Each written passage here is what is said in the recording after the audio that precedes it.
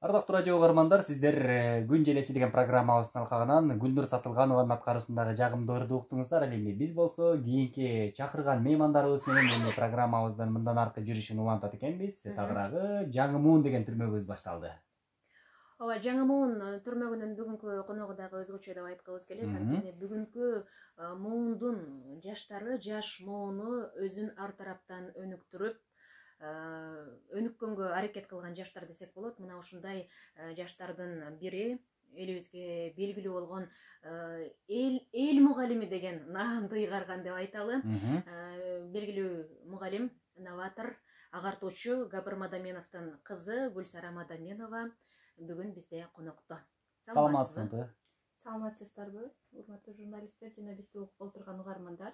Кош келипсиз дейбиз студиябызга. Бүгүн ушу алдыдагы бир 30 мүнөткө жакын убактыбыз бар. Ошол аралыкта сиз жөнүндө, агай жөнүндө, сиздин өзүңүз жөнүндө көбүрөөк угармандарга маалымат алып бергенге аракет кылабыз. Ар бирибиз өзүбүздү издеп келет эмеспизби негизичи, өмүр бою изденүүнүн үстүндө жүрүп өтөбүз. Билгендерге бул дүйнө, күндөн күнгө үйрөнүү, билбегенге бул дүйнө көрдөн көргө сүйрөлүү деп Элмирбек Иманалиевдин да жазганы бар эмеспи?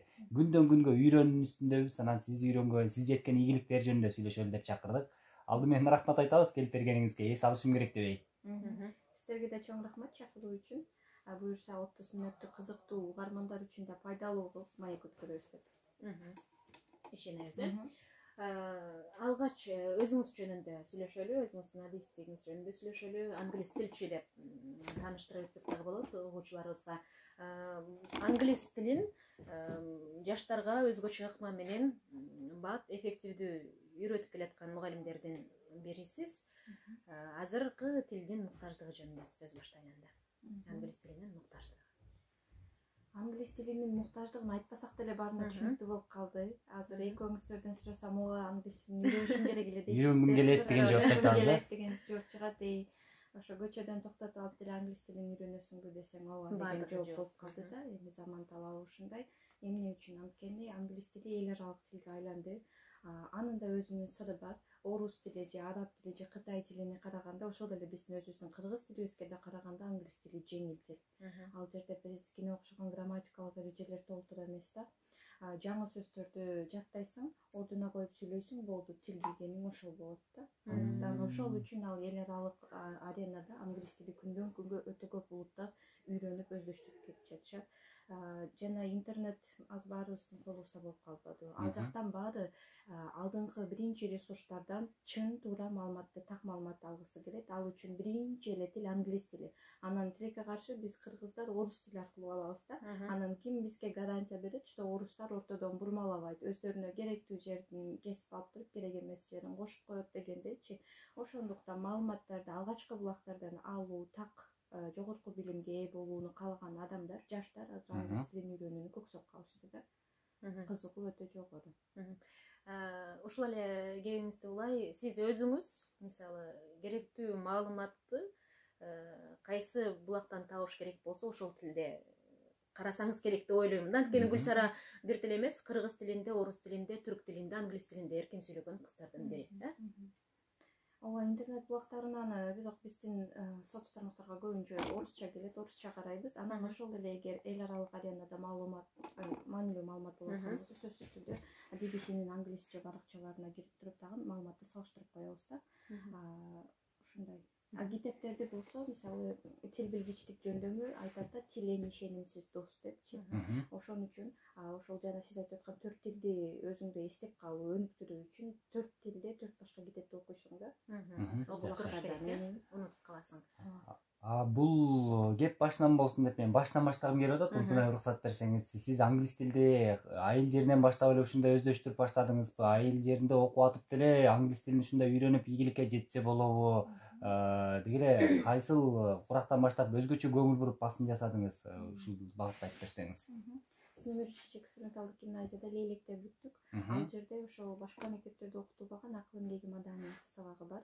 бүгүнкү күндө бүт республика мектептери кызыгууда, биз да киргизсек болот деп. Анткени акыл эмгеги маданиятын 1-класстан 11-класска чейин окуган окуучулардын өзгөчөлүгү булар маалыматтык анализ дегенди билишет, өз алдынча билим алганды билишет. Анан ошол эле тил үйрөнгөндү бизге ушул 5-класс деп коелу, кийин 5-класска базасын түшүрдүк гимназияны. 5-класстан баштап тил үйрөнүүнүн жеңил ыкмаларын үйрөтүшөт да.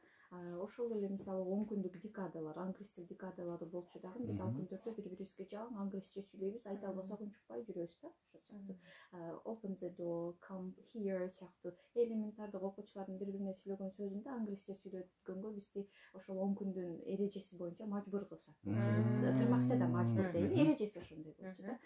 Ошентип атып тилге бизди кызыктырышкан. Анан чет өлкөдө окуган гимназисттер келсе, ошол шаардагы гимназисттер келсе, бүтүрүүчүлөр бизге Капырмада Даминов агайыбыз айтат эле, буларга орусча сүйлөгүлө, буларга англисче сүйлөгүлө, тилдин коозугун көрсүн деп атыпчы. Ошол шыктандырыш экен да. Асел Дөлөт деген эжеке бар. Кийин мен Манаста өзүм кайра эле профессор болуп келди ал эжеке, Британияда, Францияда бүтүп.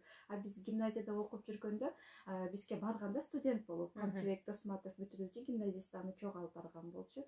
Ошол эл аралык мамилелер бөлүмүндө окуймун, тилдерди моундай билем деп сүйлөп бергенде ушунча калып кетти да, балдардын, окуучулардын сезими байоо болот эмеспи, суктанасың, ошол сыяктуу болгуң келет.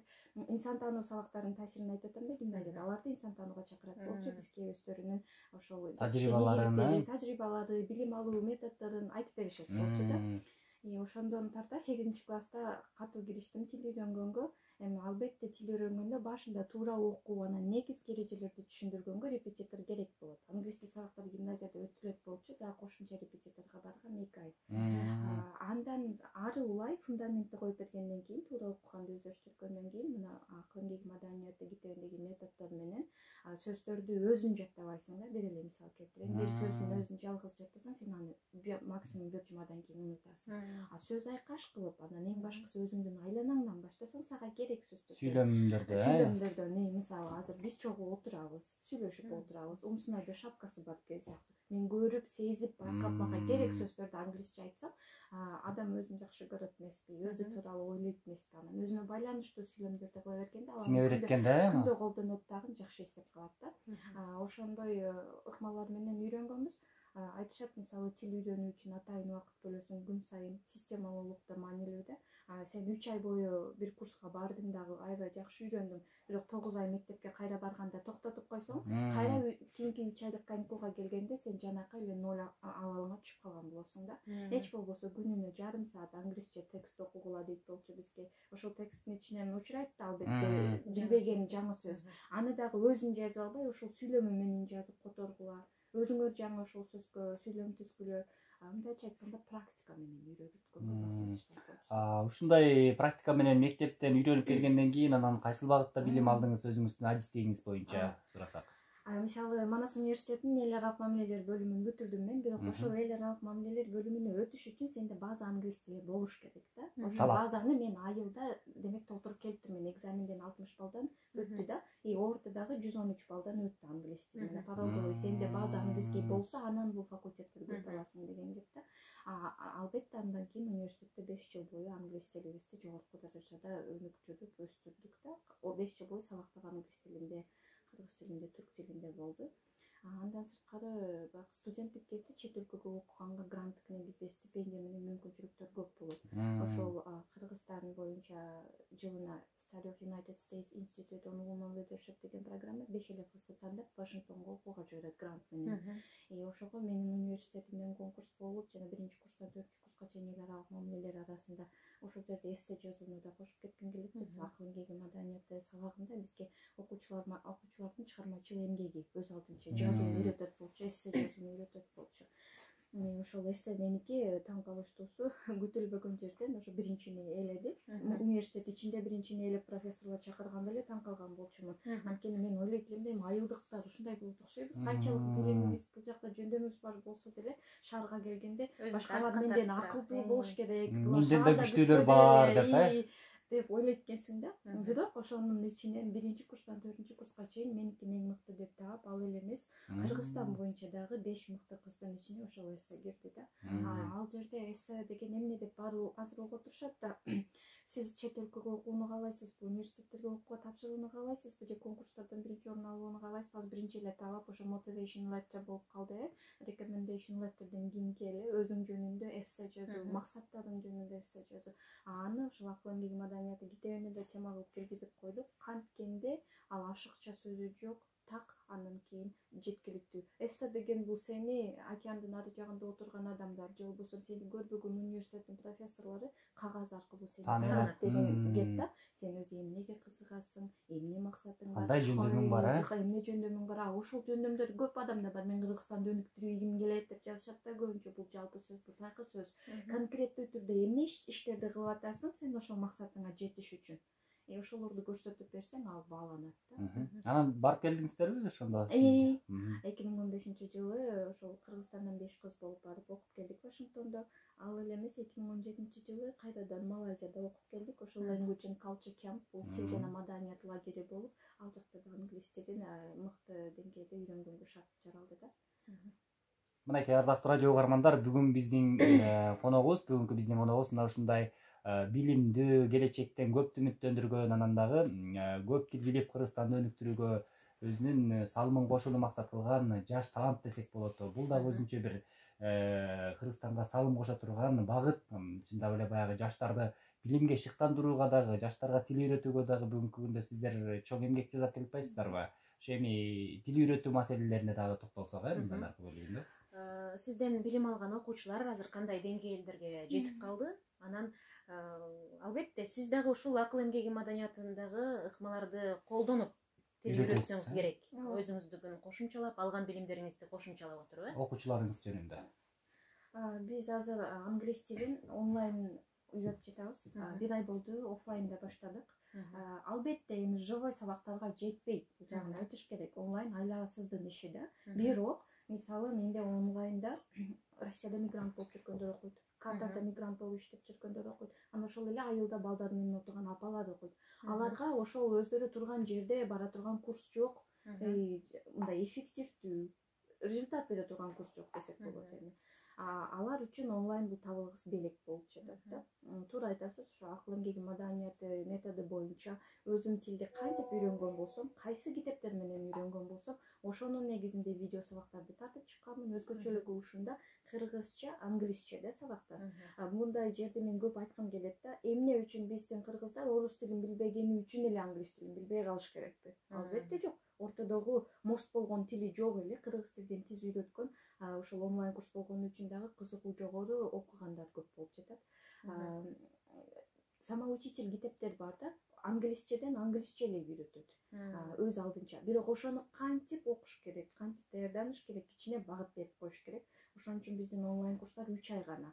Анан менден сурашат, 3 айдан кийин англисче кенен сүйлөп каламбы деп. Мен жооп берем. Мен өзүм 8 жылдан бери англис тилин үйрөнүп келатам. Дагы деле үйрөнүп жатам. Мен англис тилин билем деп айта албайм. Анткени кыргыз тилин деле толук билем деп айта албайбыз, экөөбүз туура. Канча биз билбеген сөздөр бар. Бирок бир адам англис тилинде сүйлөгөн адамды түшүнүп, анан өзүнүн пикирин айтыш үчүн 3000 сөз жетиштүү экен. 3000 сөздү 3 айга бөлүп салсаңыз, ал өтө эле аз сандагы сөздөрдү өздөштүрүш керек болот да. Кыргызчада мен ойлойм, биз 500-600 тегерегиндеги сөздөрдү күн сайын кайталап эле сүйлөшөбүз бири-бирибиз мененчи. Тилди да ушинтип жөнөкөйлөтүп, анан жеңилдетип берем да мен окуучуларыма. Ошондо мен деле колумдан келет экен. Эң башкысы биз ошол 3 айда өз алдынча англис тилин кантип үйрөнсө болот методун үйрөнөбүз, плюс фундаментин куруп беребиз. Жана айттым го, туура окууну сен өзүң эле билип калбайсың. Анткени англис тилинде мисалы 3-4 тамга биригип келип башкача болуп окулат. Анан ошол эле тамгалар сөздүн башында же аягына келгенде дагы башкача болуп окуп калат. Бул жерде сага билген адистин кичине бир кеп кеңеши, тренировкасы керек да сени окутканга. Ошол фундаментин коюп бергенден кийин анан 3 ай бою тилди убакыт ажыратканга үйрөтөбүз. Өз алдынча жана интернет булактарынан кайсы пайдалуу программаларды пайдаланса жакшы болот, анын багытын көрсөтөбүз. Калганын уже өздөрү алып кетет да. Бул бүгүнкү күндө тил үйрөтүү жаатындагы мектептер, бир канча мектептер бар да Бишкек шаарыбыздачы. Булар бир жагынан ушу каржы табуу багытында иш алып барат да, бир жагынан тил үйрөтүп жатам да, тил үйрөткөндө ошо балдар алып кетиш алып кетпеш өздөрүнүн эле болуп калат да балдардынчы. Анан силер мектепке алып атканда мындай ылгап ошого алып кете ала тургандай аласыңарбы же бөлүп мындай бир жалпы эле ала бересиңерби? Жакшы суроо бердиңиз. Деңгээлине карап алабыз албетте. Анан менин онлайн курстарыма ата энелер өтө көп кайрылышат, окуучуларды беребиз депчи. Мен айтам, жок, окуучу онлайн болгондо биздин эми тилекке каршы мектептерде балдарды өз алдынча билим алууга үйрөтпөйт. Аны үйрөтүш үчүн акыл эмгеги маданияты сабагын окутуш керек да. Мен бул жактан экрандын ары жагында отуруп алып мен үйрөткөнүм менен ал бала отуруп өзү иштебесе эффект болбойт деп түшүндүрөм ата энеге. Эгер ошончолук эле балам окусун деп атсаң, сен кир дейм. Сен менин онлайн англис тил курсума киресиң, өзүң үйрөнөсүң дагы балаңа үйрөтөсүң. Чогуу окуйсуң. Жок дедиби, мен 5-класс, 7-8-класс кыздар балдарды албаймын. Анткени алар өз алдынча билим алууну билбейт. Андан результат жарата албай калат да, бош убакыт текке кетет. Көбүнчө менде студенттер, мигранттар, жана айттым, ата энелер окушат. Анткени бул жерде өзүнө керек экенине алардын көзү жетти. Тил аларга керек, сөзсүз убакытта жаратат. Үстүнөн түшүп иштейт, алар каражат деле берип атпайбы, кеткен каражатын деле ойлойт да, ошону актайын деп. Жакшы. Чын эле балага онлайн түшүндүрүү оңойго турбайт болуш керек. Силер айткандай, алар өз каражатын, өзү тапкан каражатын сизге төлөп бербей жатат. Мына ушундай. Жакшы, эми бул англис тил үйрөткөндөн айтмакчы, окуучуларыңыздын деңгээли кандай болуп калды? Ошол суроо калып кетти, кечиресиздер. Бизде деген Азада окуучу, Айзада окуучу Сүлүктүүдөн келип, ауытсага тапшырар астында менде даярданды. 3 ай бою ошол эссе жазуу, тилин жогорку деңгээлге жеткирүү, алар TOEFL тапшырат болчу. Сүйүнүчтүү кабар, ал деген 100% гранттык негизде ауытсага окууга өттү да. Сиздердин да жеңишиңиздер да бул, салымыңыздар чоң. Анан алардын гимназиясында акыл эмгеги маданияты сабагы дагы ал кыздарга 1-класстан өтүлгөн болчу. Демек фундамент да бар. Келип бизден англис тилди да үйрөндү ошол методика менен, результат болду да. Андан сыртагына ошол акыл эмгеги маданиятын окуган эмес балдар да келди. Алар Ататүрк университетине тапшыргысы келген болчу. Англис тилден даярданды, алар да өттү. Бирок бул экөө тең живой болчу. Анан Катардан окуп атат дебедимби? Катардан Гүлнара деген кыз окуп атат. Ар бир адамдын аракетине жараша да. Сөздөрдү туура да айта албайт болчу, эле тартынчаак болчу. 2 ай окуду. Жумушумду башка уровеньге көтөргүм келет дейт да. Айлыгым жогорураак болсун, айылдар менен эркинирээк сүйлөшөйүн. Ал ошо резюмесин англисче жазып, жумушка тапшырган деңгээлге жетип калды да. 2 ай катуу иштеди. Жакшы, анан ата энелер менин балам үйрөнсө болот эле, кантип окутсам болот деген суроолор менен көп кайрылат деп атпайсызбы? Анан угармандарыбыз дагы биздики чет өлкөдө дагы угат онлайн аркылуучу биздин радиону. Ошол эле Франциядан, Екатеринбургдан жана башка мамлекеттерден угуп турушат да, бизге WhatsApp'тан пикирлерин жазып турушат. Анан угуп аткандар болсо, тил үйрөнөт элем дегендер болсо, сиз менен кантип байланышса болот? Баракчаларыңыз барбы, кайсыл жакта, кандай деп катталган, ушулар жөнүндө да айта кетели. Ата энелер үчүн бизде баракча бар, ene.mektebi Instagramдан латын англис тамгалар менен жазасыздар. ene.mektebi, андан өзүмдү болсо Сара деп тапса болот. Анан телефон номеримди калтырып кетейин, эң оптималдуу вариант WhatsApp'ка байланышсын. 0771 55 07 66. Андан кийин чаттардан сүйлөшүп, ошол жактан кенен маалымат бересиз. Азыр эми заман жеткиликтүү болуп калбадыбы? Баардыгы эле Instagram баракчасын колдонот. Instagramдан дагы Сара деп сизди издеп кайрылса болот экен да. Эми кепти атаңыздын эмгектери жөнүндө айталы. Албетте, биз билип калдык эми акыл эмгегинин маданияты жөнүндө. Окуучуларыбыз жанатан бери акыл эмгегинин маданияты деп айтып атат. Бул эмне өзү деген суроо болушу мүмкүн. Мындай так, кыска бир жеткиликтүү маалымат берсеңиз. Жооп берели ошого. Гапыр Мадаминов агайыбыздын өзгөчө сабактары бар, башка мектептерде окутулбай турган. Ушул жерден баштайлы. Биздин гимназияда окуучуларга акыл эмгеги маданияты сабагы өтүлөт. Бул эмне деген сабак десеңиздер, өз алдынча билим алуунун жолдорун үйрөтөт да. Бирок бир эле окуучулар менен результат жара албайт. Ошол эле учурда Гапыр Мадаминов агайыбыздын ата энелер үчүн энелер мектеби сабактары бар. Анын да өзүнүн китеби бар, ата энелер сиздер үчүн деп. Плюс 3 күч бир максатты карап аракет кылыш керек дейт да. Мугалимдер, жаш мугалимдер мектеби бар дагы, алардын өзүнүн устаттык өнөрү китеби бар. Ошонун баары эмнени көздөп аракет кылат? Билим алууга көздөй аракет кылат. Бири-бирин колдоп толуктап туруш керек да. Жакында KG Analytics Gulnara Kalikova эчелер опрос жүргүздү Кыргызстан боюнча, анализ жүргүздү дейли. Ошол жерде кыргыздарда биз баарыбыз ойлойбуз да, биз баарыбыз сабаттуубуз деп. Ооба, биз сабаттуу экенбиз көпчүлүгүбүз, бирок кандай сабаттуу? Эсептегенди билебиз, окуганды билебиз. Бирок функционалдык сабаттуулук деген бар да. Функция деген сөз бул аткаруу дегенди билдирет. Ошол алган билимин пайдаланып өзүнүн күнүмдүк көйгөйлөрүн чече алабы деген суроого 90% чоңдор, не то что окуучу студенттер жок. Андай функционалдык сабаттуулук биздин элде жок экен.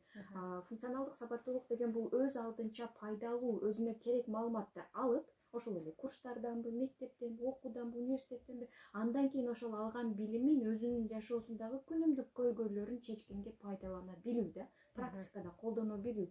Мына ошону үйрөткөн сабак акыл эмгеги маданияты сабагы. Бул 5-класстан баштап киргизилет сиздердин мектепте. Биз негизи мисалы мен 1-класстан окугам гимназияда, бизге 1-ден окутат болчу. Кийин мамлекет чектөө коюп койбоду, гимназиялар 5-тен окусун деп. Ошон үчүн 5-класстан 11ге чейин окулат. Негизи 1-классы бар берки мектептерде эле 1-класстан баштап окутса болот. Программасы даяр, Капырмадаминов агай китебинде жазып, класстар боюнча кайсы класска кайсы теманы өтүш керек программасында даярдап койгон. Кошо айта кетчү маселе, бизде акыл эмгеги маданиятын азыр жеке дубан эле кызыгып, бизде мектебибизге киргизели, бизде да ушундай окуучуларда ийгиликтер жаралсын деп, башта эле десе эле окута турган мугалим өзү билиш керек да акыл эмгеги маданияты сабагын. Ошон үчүн биз онлайн мугалимдер үчүн акыл эмгеги маданият устаттык өнөрү курсун да баштадык. Бул сабакты мугалимдерибиз кантип өздөштүрөт, сабагында кантип пайдаланат, окуучуларга кантип түшүндүрүп жеткиликтүү кылып айтып берет. Ошол жактан онлайн курс кылып түшүндүрүп атабыз. Кызыгуу өтө жогору. Чүй облусунун мугалимдери, Жалал Абад облусунун мугалимдери бүтүрүштү 30-30дан да. Анан биз ушундай сабагыбыз практикалык деп атпайбызбы, пайдаланууга басым таштаган сабак. Курстун бүтүшүндө сөзсүз ошол чүйдө дагы Жалал Абадка да учуп барып келдик кече күнү. Өздөрү алган билимин презентация кылып кайрадан бизге айтып беришет. Ошо чындап эле өздөштүрүп көрсөтүп беришет да. Жакшы, чын эле бул методдорду колдонууга кызыктар болуп, 7 облустун мугалимдери мектептерине кирип аткан чагы азыр көпчүлүк мектептерге. Ал эле эмес, мына колубузда бул китептин англис тилиндеги чыгарылган варианты турат. Демек, бул Кыргызстандын ичинде эмес, коңшулаш өлкөдөн дагы кызыккандар бар деген түшүнүк. Ооба, ушуну кененирээк айтып берейин. Бизде акыл эмгеги маданияты китебин ошол Ататүрк университетинин профессорлору кыргызчасын окуп калабы, анан буну деген бүткүл адамзат окуш керек деген цитата да деп айтышып, бизде кыргыздар деле көп айтат, тилекке каршы көп айтат, бирок ошо сөз бойдон калып кетет да. Алар ошол сөзүнүн үстүнөн чыгып кантип окуйт бүткүл адамзат? Жана эле темабыздын башына кайттык, англис тили аркылуу окуйт. Англис тилине которуп беришти, Culture of Intellectual Labor деп иши китеп кылып чыгарып беришти. Автордун уруксаты менен университеттин сайтына электрондук версиясында коюшту. Буга кубанып бүткөнчө эле Түрк агай, Ибрахим Хантурк деген агай, ошол акыл эмгеги маданияты китебин Öğrenmeyi öğrenmek, кыргызча айтканда үйрөнүүнү үйрөнүү. Биз кантип үйрөнүү керек экендигин жолдорун билебиз да, бул дагы маданиятта тууралуу. Өзүн чарчатып ийбей, тажатып ийбей, же болбосо кыйналбастан, иштин көзүн билип, кантип билим алыш керек. Ошону үйрөткөн сабак деп Öğrenmeyi öğrenmek. Түркчө которуп, аны Лондондон Crab Publishing китеп магазин, онлайн китеп магазинге электрондуу версиясында чыгарышты да. Буну биз деген кыргыздар ар бирибиз сыймыктануу менен бул жаңылыкты өзүбүзгө кабыл алып, бирөөлөргө айтсак болот да. Анткени кыргыз педагогунун китеби дүйнөгө тарап жатат, ошо дүйнөнүн тилдерине которулуп. Эң жакшы кабар, мисалы Чүй облусунда баарыбыз эле кыргызбыз, бирок бизге орусчасы жокпу дегендер көп болчу да, өтө көп болчу. Анан ошолорго Замира Бекташева деген эжекебиз китепти ыктыярчы болуп которуп, ал өзү окуду, таанышты сабактын ушундай биздин азыркы мектептин көйгөйүн чече турган сабак экен дейт да. Ушунчалык кызыгуусу менен өзү ыктыярдуу түрдө орусча которду. Мына азыр басмага даярдап жатабыз, буюрса орусчасы да чыгат. Культура умственного труда деген аталыш менен чыгат. Жакшы. Жакшы. Сиз менен дагы сүйлөшө берсек сөзүбүз бүтпөчү да, эми дагы кошумча калган суроолорубузду берип алалы. Эми бизге бөлүнгөн убакыт аз калыптыр, суроолорубузду узатып алалы. Ооба. Кыскача айта кетсеңиз, мисалы, сиздердин мектеп гимназияда окуган окуучунун бир күндүк күн тартиби дейли, же бир жумалык күн тартиби кантип өзгөчөлөнүп атат?